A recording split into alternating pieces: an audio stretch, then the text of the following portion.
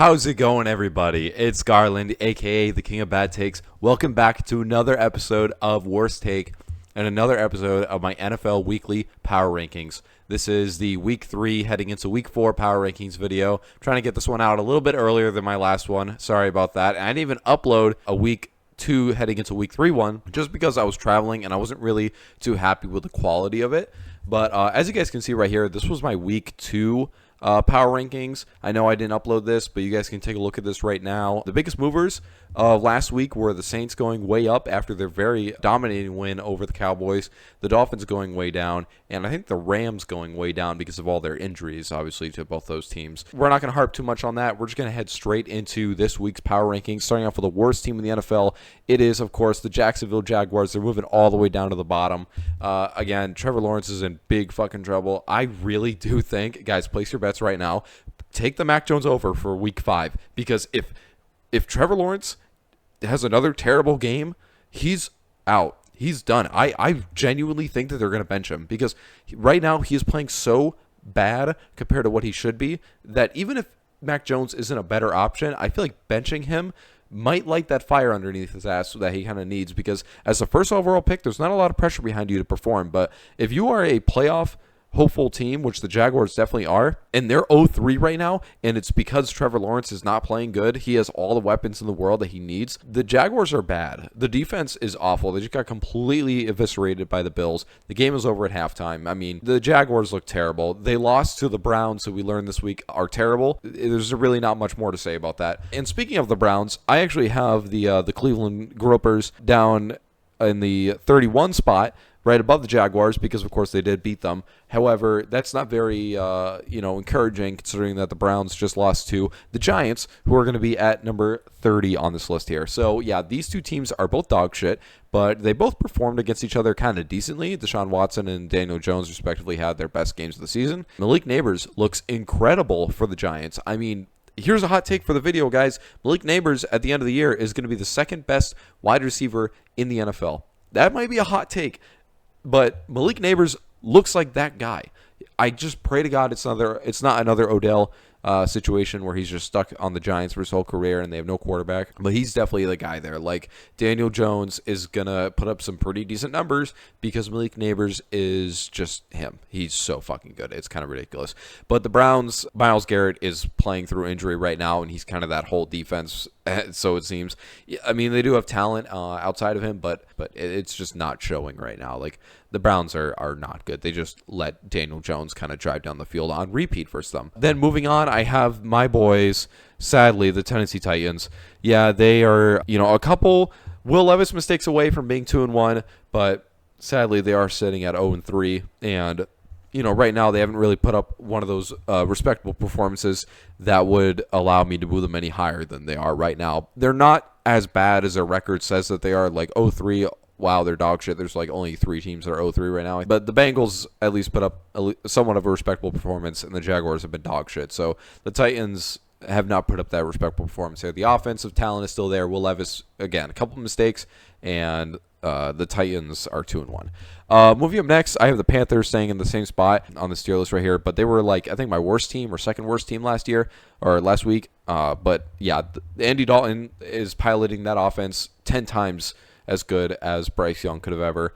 They completely blew out the Raiders, who I do still have the Raiders above them, but Panthers, I feel like, kind of took people by surprise this week, and I don't think that it's really going to work. Definitely, they have weapons on that offense.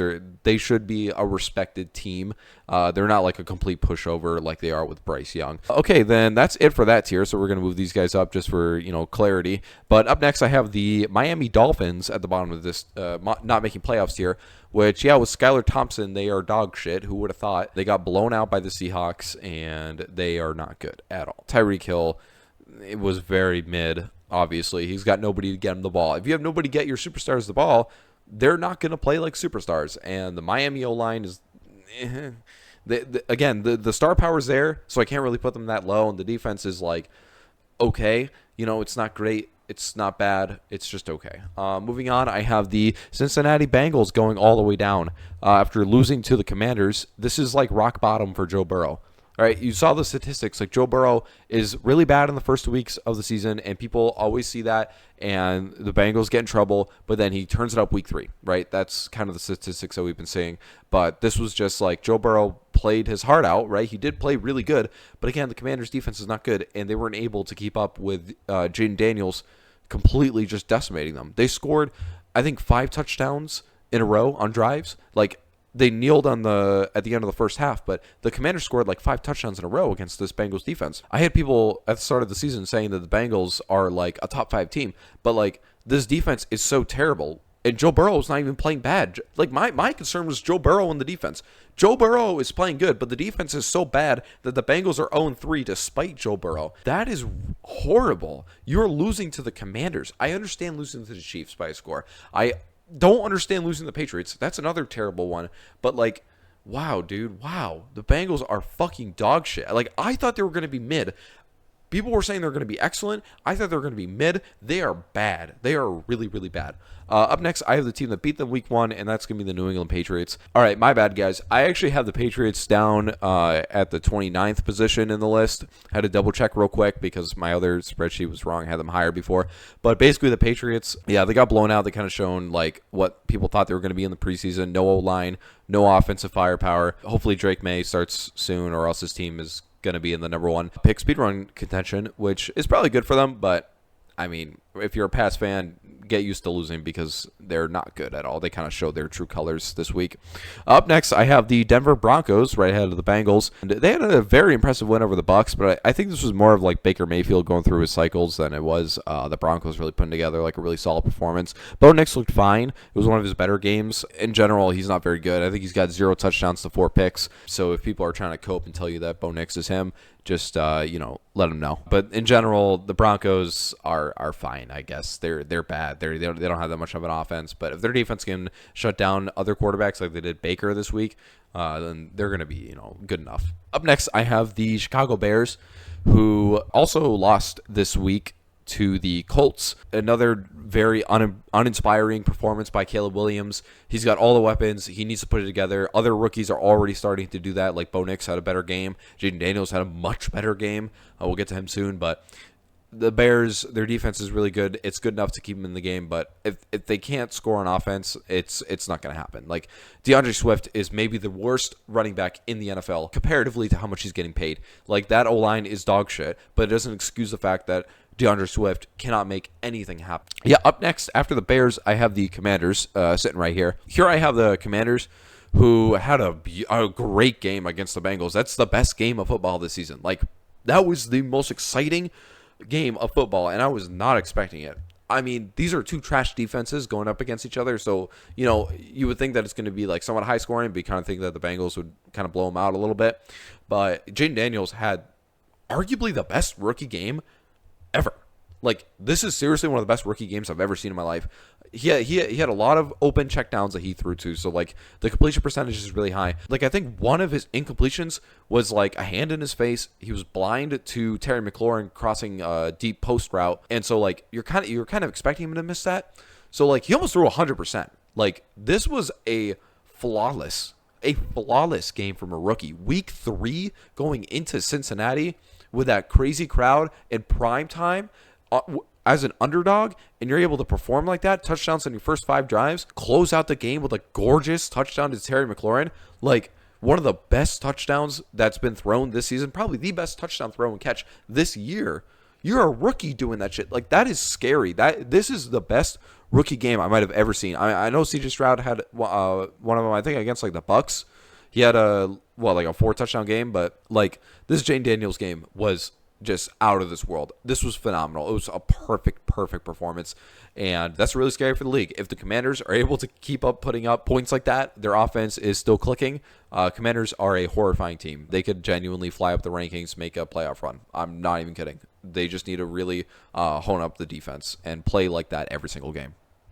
Okay, up next in the playoff Cobra steer, I have the Indianapolis Colts, who had another very uninspiring win against the Bears. Anthony Richardson's extremely inaccurate. My concerns about his accuracy were actually kind of underplayed. It's really bad. It looks terrible for him. He's thrown so many interceptions. He's got less than 50% completion percentage. His talent is still there. The team is still there. they're not a bad team. Like Anthony Richardson just needs to learn to not be Superman, right? He is Anthony Richardson is who Josh Allen haters think Josh Allen is. That's kind of how I want to put it. Up next, I have the Oakland Raiders coming off of a very embarrassing loss to the Panthers, where they ended up benching the Mustache Mania. Aiden O'Connell looked equally dog shit. But again, this team has the offensive firepower to genuinely play good. They just need to click it all together. Their defense needs to not let Andy Dalton throw for 300 yards and 3 or 4 touchdowns. Something fucking stupid. The Raiders are still a fine team. They beat the Ravens. They can get it done. Anyways, I have the LA Rams coming up next, who had a very interesting win against the 49ers. The 49ers kind of threw that game. I wasn't really watching it too closely. I kind of thought it was over, so I didn't really pay attention to it.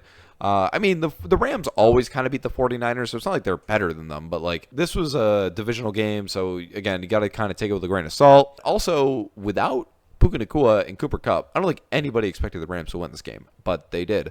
I know that the 49ers are missing, like, Debo, McCaffrey, and Kittle. Like, I think that they're missing all those guys, but still, that's a pretty impressive win. I mean, the 49ers are still a good team. The Rams are like good enough where they're going to keep in contention for when their star players come back, and then they can maybe make a late season playoff run. Up next, I have the Tampa Bay Buccaneers. Let me just move a team out of here just to make this a little bit nicer. I have the Bucs coming up next, who they had a very disappointing loss to the Broncos. Again, it's the Baker cycle, but I mean, they beat the Lions. They kind of show that they're an off and on team. They're hot or they're cold. It's Baker going off or it's bust. Up next, I have the Dallas Cowboys, who should really turn their name into the Dallas Cowgirls because of how fucking much they just rode Derrick Henry's dick all night. Yeah, they just literally, like, he just fucking ran a train on the Cowgirls. They scored some garbage time points to make it close, but realistically, this was a blowout win for the Ravens. If you watch the game, and Dak Prescott put up some fucking garbage time stats. So up next, I have the Seattle Seahawks, who are 3-0, and that's very good for them. However, they're 3-0 against fucking dog shit teams. The Patriots, the Dolphins without Tua, and the Broncos. Yeah, not very impressive, but at the same time, they are 3-0. You got to respect it. Geno's playing good. They have a good offense, and the defense is like off and on. It's shaky, but I mean, they shut down the Dolphins, which is, you know, it's the Dolphins still have threats. So the fact they're able to keep those guys in check is pretty solid. Up next, I have the Arizona Cardinals dropping down a little bit. Here, I'll move some guys up. I'll make this tier nice. Coming off a loss to the Lions in a somewhat close game. I didn't really follow this one too intently, but from my understanding, like, it just looked like neither team could really get a lot of offense going in the second half. Cardinals had like a decent answer on defense, but again, Lions are like somewhat injured. They're like playing through their injury, but I don't know. It's kind of weird. The Cardinals are still really good. I mean, they probably have the most potential to fly all the way up these rankings. They still lost this week, and so I think that a lot of teams kind of show that they're better rather than the Cardinals getting a lot worse. Up next, I have the Jets. What a W, 24-3. Dominating the Patriots. This is what the Jets should look like every single week, but it hasn't really shown yet. They barely eked out a win against the Titans. Fuck you, Will Levis. But Aaron Rodgers looks fine. He looked pretty good against the Patriots, but against a good pass rush, I'm still concerned about him. It looks like in high-pressure games, I don't know if these receivers are going to be able to really shine and put the team on their back, because at the end of the day, Aaron Rodgers is a 40-year-old quarterback. He needs good receivers to put up good performances to really win them the games. The defense is still a little bit questionable. I mean, they shut down the Patriots, right? That's obvious, but it's the Patriots. They're one of the worst offenses in the league, and if the Jets' defense is able to shut down a really good team, maybe they go a little bit higher up on the tier list. Up next, I have the San Diego Chargers. They lost this week to the Steelers after Justin Herbert went down in the second half, but I still think that the Steelers had a pretty good chance of winning that game, so I'm not going to take that win away from them. It looks like Quentin Johnston is actually developing like we kind of hoped he would. Obviously, the run game there is elite. They're still a good team. I think that Harbaugh is doing a great job with them. They look so much better than they did last year and the last couple years under fucking Brandon Staley. Fuck that guy. Up next, I have, dropping all the way down from greatness, I have got these guys, let's move somebody out of this tier real quick. Yeah, I've got the San Francisco 49ers dropping all the way down after 2 straight losses, one to the Vikings and one to the Rams. One's a divisional game and one is against one of the better teams in the NFL, as you guys will see. It's still not looking good. I mean, we got to wait for these injuries to kind of clear up to see like a good gauge on the 49ers. Maybe people have their offense figured out. That is a possibility. Like, they're not scoring a lot, which is kind of impressive. Even though like they are, even though they're heavily injured, like they should still be putting up a lot of points. But it's kind of not really happening right now. So maybe the league has kind of answered this Shanahan offense, which is a big problem. Like that's going to happen eventually, right? The league has already caught up to a lot of passing offenses. It's gonna catch up to the stretch offense too, which has been really causing a lot of problems the last few years. The bottom Ravens, who look like very questionable. I mean, they dominated the Cowboys. Like the Cowboys look like fucking ass right now, but the Ravens dominated them. Derrick Henry had a pop-off game. I was kind of doubting him, not gonna lie, but he showed that he's still got the wheels, he's still got the power, he's got the vision. A little bit less in all those categories than in his prime, but Lamar Jackson's gonna keep turning it up. Defense looked pretty solid. This is a good win for the Ravens. They just need to do it maybe like one more time, and I'll move them back up to like the contender tier list. Then up next, I have the Atlanta Falcons right where they are. Yeah, they barely lost to the Chiefs off of a fucking pass interference call. Go figure, of course. But they put up a pretty respectable performance. Kirk Cousins kind of was very mid until like the end of the game, like against the Eagles. But they did beat the Eagles, and they almost beat the Chiefs, so that's pretty impressive. The defense still looks really good. The Falcons look like a pretty solid team and a very scary team at that. Moving on, we're going to move these guys up, foreshadowing right there. But, yeah, we have the Houston Texans, who are coming off of a loss to the Vikings where they got fucking blown out. I was not expecting that. I have no idea. I was so low on the Vikings, and I am sorry. Maybe I was too high on the Texans even. But, like, Texans defense didn't show up. They didn't show up. Texans offense didn't show up. It felt like they took that game off. It just wasn't a good game. It was not a good showing, but it's still the Texans. They're still one of the better teams. Anyways, I have the Detroit Lions, who again are coming off a win for the Cardinals. Kind of already talked about that game. I didn't really move them that much. We're not really going to be going over them too much. But then I have the Packers. They're only dropping down because I think some teams have just kind of shown that they're better last week. But other than that, they're kind of still the same team. Malik Willis looks pretty solid. So the fact that they're still winning even without their star quarterbacks is very promising for the playoffs. Even if Jordan Love gets hurt again, it still looks pretty good for them. Then up next, I have the Pittsburgh Steelers at number 6, which might be a little bit surprising to you guys, but I really do think that the Steelers are very good. Obviously, they're 3-0. But they've beaten some pretty respectable teams, right? The Falcons and the Chargers. And it just seems like their defense is good enough to keep games like extremely close. And then Justin Fields looks like a solid quarterback. George Pickens looks incredible. And that 1-2 punch with Najee and Warren is kind of the same as it's always been. It's like good. It's not great, but it's good enough to make the offense like not a complete dog shit fucking circus parade like the Patriots offense. That's kind of like with the Steelers last year where they were like the Patriots offense, but way better defense. But TJ Watt is good enough to keep this team up into like contention category. Like I really think this is the best Steelers team that we have seen post Ben Roethlisberger. Like this is a really good iteration of the team. Up next, I have the New Orleans Saints, who just lost a very close game to the Eagles that came down to the wire. But yeah, a couple drops by my fucking boy, the legend, Rashid Shaheed. Kind of let me down fantasy-wise. He put up 0, but he had some drops in the end zone, which were heavily covered. Like, they were great throws by Derek Carr, but they were heavily covered, and at the end of the day, he's got 2 hands on it. He probably should catch it. But in general, the Eagles were just able to completely shut down the spread offense, which I'm going to put the Eagles right above them because this is a very tight game between two like very kind of similar teams, like offensive powerhouses with surprisingly good defenses. Yeah, Vic Fangio had answers for the stretch offense, and it really just felt like no matter what the Saints tried to do running the ball, they couldn't get anything done. And obviously they dropped some deep balls, so in general, the Saints' game plan didn't really hold up all that well against the Eagles. So that's pretty promising for the Eagles, who are up next, because obviously they can beat the Saints. Then they could probably be a similar offensive strategy in the 49ers, who are more than likely going to be the other team making a deep playoff run. We also still have the Vikings, so we'll have to see how that plays out. But in general, the Eagles look to be pretty formidable this year. That was a pretty impressive win against one of the top teams. Up next, I'm actually going to be moving these two guys up, and I'm moving the Chiefs down. They're finally falling from grace on the number one spot that I had them in the first 2 weeks of the football year.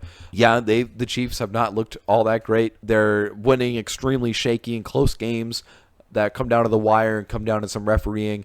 Mahomes is just way out of it. Kelsey is not a threat at all. He's fucking stagnant. He doesn't block. He doesn't receive anymore. He's fucking terrible route runner nowadays. He's got no speed. Kelsey's fucking dog shit. I hate that guy. I'm just kidding. It's all love. But I can't stand to watch him play, and I'm ready for a new era. I'll put it that way. So the Chiefs don't look like the number one right now. The defense is still good enough to make them top three, I'd say. Chiefs offensively just have not really put it together. Again, Mahomes is just so mid. He's missing so many fucking throws. It's kind of ridiculous. Up next in the Super Bowl favorites tier, I have new favorites for the year, and I'm probably going to keep these guys in there for a while. I have the Minnesota Vikings at number 2 and the Buffalo Bills at number 1. Minnesota, what the fuck? How are they better with Sam Darnold than they were with Kirk Cousins? The defense has improved tenfold. Like, they just shut down two of the best offenses in the league in the Houston Texans and the 49ers. I know the 49ers are injured, but, like, they completely shut them down, and Sam Darnold's playing out of his fucking mind. I know he got hurt, but I'm going to be honest with you. I don't really think it's Sam Darnold. I think it's any quarterback. I think you just throw a quarterback in that offense. It could be fucking Sam Darnold. It could be Kirk Cousins. It could be Case Keenum. It could be Sam Bradford. It could be Teddy Bridgewater. Again, it's like every single fucking year, the Vikings get a different mid-ass quarterback. I'm not calling Kirk Cousins mid, but the other guys are mid as fuck. And they just make it work. They look elite because this wide receiver duo, like, always for the Vikings. It's so weird how they always do this, right? Every single year, the Vikings have like a top 2 wide receiver 1 and 2 in the NFL. Justin Jefferson is just so fucking elite. He's just going to make every single quarterback look like God mode. And TJ Hawkinson's going to come back. And Aaron Jones, oh my God, Aaron Jones, it looks even better than he did on the Packers. Like, this is like, when was the last time Aaron Jones was good? Like 2020, 2021? This is ridiculous. The Vikings look like such a powerhouse and the best team in the NFC. Vikings are fucking legit. Up next, at number 1, I have the Buffalo Bills, who had another blowout victory, this time against the Jaguars. I know the Jaguars suck. They're the worst team in the league, in my opinion, but they are still completely dominant. They've not shown any fault at all. They still have that one impressive win under their belt against the Cardinals. And I guess if you want to count the Tua-led Dolphins, that's a pretty impressive win because that game was already over at halftime before Tua got hurt. But, yeah, the Bills' defense looks very strong. Epinesa, I think his name, is a very good pass rusher. I think people kind of are underrating some of the lesser-known pieces of the Bills' defense. In general, yeah, Josh Allen's the best quarterback in the NFL. It's kind of not even close. He's by far and away putting up the best performance of the year. Like, it doesn't matter who he has a wide receiver. It's Josh motherfucking Allen. James Cook is looking great. He's, like, right in his prime. Bills are super scary, super legit. They are the number 1 team in the NFL. So here we are with the Week 3 rankings here. I'll highlight them for you guys. So we have basically the biggest movers this week are the Vikings going up 16 spots because, again, I was very low on them and they completely surprised me. I have the 49ers going down 10 spots after losing 2 straight. I didn't realize how bad their injuries were. And the Browns moving down 17 spots because holy shit, they're bad. They lost to the Giants. And yeah, that's pretty much it, guys. So I hope you guys enjoyed this video. Hopefully it was a bit of a shorter one. I'll know after I edit it. But yeah, guys, like and subscribe. Let me know if you disagree with any of my takes here. Let me know what you guys think about Malik Neighbors. Let me know what you guys think about the Vikings. Let me know what you guys think about Josh Allen being the most overrated player in the NFL. Make sure you guys leave a comment down below, like and subscribe, and be sure to stay tuned for my quarterback rankings for Week 3 heading into Week 4. I love you all. Thank you so much for watching and making it to the end of the video. My name is Garland. You've been watching Worst Take. We out.